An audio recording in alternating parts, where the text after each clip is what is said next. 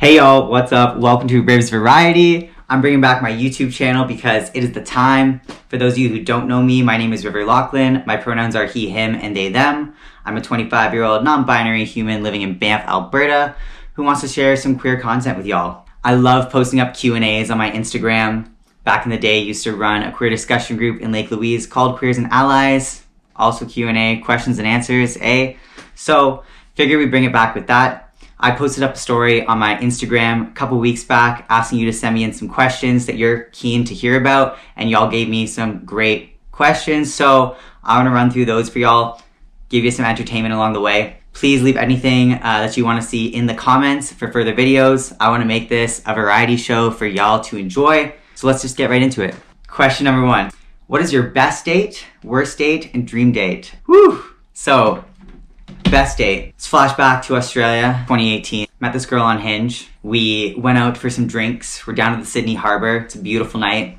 Go for cocktails. Go out for a super nice dinner by the water after that. End up strolling around as the sun's setting. See some ice cream. We're like, okay, we gotta get this ice cream. Passing by a Ferris wheel. We're like, what would be better than enjoying this ice cream up on the Ferris wheel right now? Go up there. Maybe sneak some naughty kisses at the top. And then end up hitting up a few different dance bars downtown Sydney and just having such a ball. That definitely ticked a lot of fun date boxes, but thankfully gone out with some really solid peeps. Worst date is hard. I don't have a moment that really strikes me as that was horrific or super bad. Maybe gone out with a couple people that just didn't vibe with them super well and didn't carry on seeing them, but I really don't have a moment that was so bad that I'd say, you know, this is in the books as the worst date I've ever had. Dream date.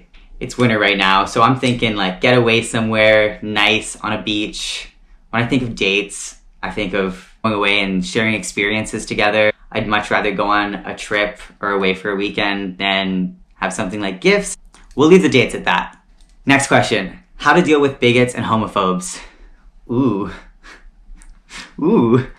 I felt a lot more heat from the bigots, from the homophobes when I started to go through my transition. Not to say I don't feel it now, but it was just a lot harder to ignore those voices that were around me everywhere. Having a good support system is number 1. If I do have an encounter with someone who makes me feel uncomfortable, I reach out to my friend, my sister, my family, whoever I have in my corner to make me feel better in that time.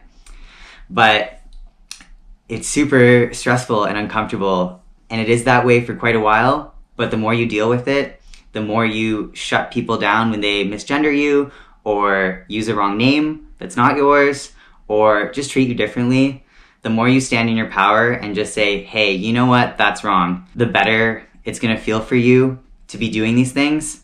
Also, again, flashing back to that support group, I could never have fought this battle on my own. So if it weren't for my friends who are taking the time to step out of their comfort zones and go, hey, you know what, let me have your back and give you a little help here, can't say I'd be here, especially not doing this. So thank you all. Next question, how to make your community more welcoming? Creating safe spaces, creating community, how do we do this? For myself, I just like to greet people with warm energy, with a smile. I'm thankful and grateful to be connected in many different spaces in Banff. So it's been easy for me to integrate these spaces together and to further build that family feeling. I was able to create a community space, as I already mentioned briefly, back in Lake Louise, as that was just a resource that was lacking in that small town that I was living in. It was really scary to jump into something while going through the start of my medical transition as well, but I know that I needed to do that to keep my head okay, and also that I had so many friends who really needed the support too, whether they realized it or not.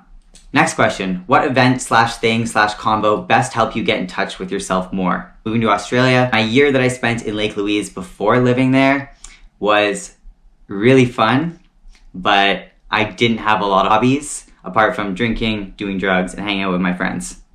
I wanted to break that cycle. I had to completely change my environment. Not everyone needs that. For me, there was no option. So, packed the bags, moved to Oz, said let's figure this out here. When I moved to Australia, I started doing a lot of yoga and I started to focus on my health and well-being a lot more, which was the complete opposite from what I had been doing my first year in Lake Louise. But even over the last few years, there's been a few moments of taking a break off drinking, taking a break off weed, taking a break off these things that have been flooding my mind with shit that I don't need up there. Next question. Why is yoga so good? Why is yoga so great? Actually, not good. The question is great. For me, it's so great because, as I already mentioned, this was one of the first spaces that I stepped into and felt safe. It was a space that allowed me to create more space within myself, again, to fill myself up with things that add value to my life. It surrounded me with people who have different hobbies that were more aligned with the path that I wanted to walk on. It is on and off the mat. That is why yoga is so great.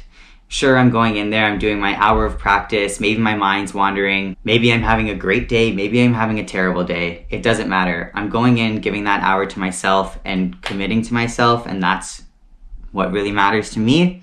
But I'm also taking those practices and I'm carrying those along with me as I walk through my life. Next question, traveling and your thoughts on it building you as a person and helping your life just in general. Traveling, as just mentioned, helped me in so many ways. For those who don't travel a lot, it can seem really scary to step out of your comfort zone, maybe take a big jump into something that is so unknown, which is super scary. It was really uncomfortable for me when I started to travel. For at least the first year of me traveling by myself, I had the worst airport anxiety. I would go in and shuffle through my bag and just be nervous, pulling out my ID and my passport, going through security, everything. Those thoughts were so real. I'm living it, feeling it right now in my body as I talk about it. You're not gonna know what's out there if you don't go, right? How am I gonna learn? How am I gonna experience? How am I gonna taste things, right? How do I step into a completely different world and see things through another lens if I'm not going out there and breaking that comfort zone?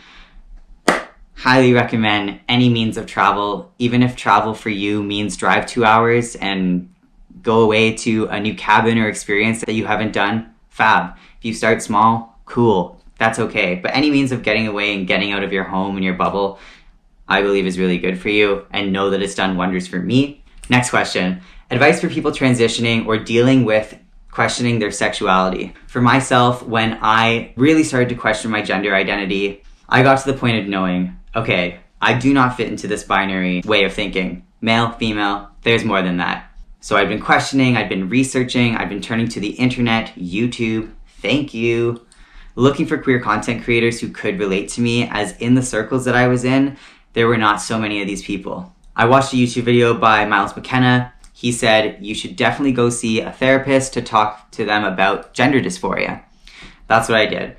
I was really lucky and I ended up with a therapist who we just clicked right away and helped me so much over the course of a little over 2 years, which I'm so grateful for. I can't imagine going through this without having my therapist. He was also the person to then refer me to my doctor's office. And then, of course, that further led into other medical treatments that I've had since then to help me with my physical transition. Next question. Why are you the most genuine and precious human? Am I now? No, fucking around. Thank you. This question actually read, why are you the lost, genuine, and precious human? But knowing who this question came from, I think you were going for most. Maybe you're going for lost. I don't know. We'll follow up once this is out. Craziest story from your time in Banff. I don't really think I can disclose that yet.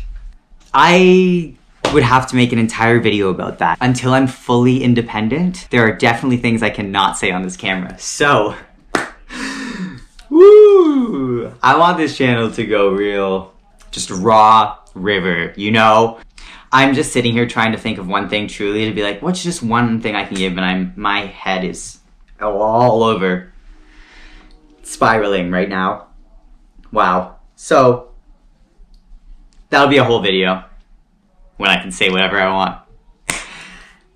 Final question, do you love whales? Hell yeah! Frida whales! Okay, y'all. Thank you so much for joining me on this Q&A. I hope y'all have enjoyed yourself, learned a little bit. If you have videos you want to see from me, please let me know in the comment box. My DMs are always open on Insta. My handle is @RiverLachlan. That's the best way to reach me. My socials will be posted below for you to follow if you're keen. And I hope that y'all have the best day ever. Bye, warriors.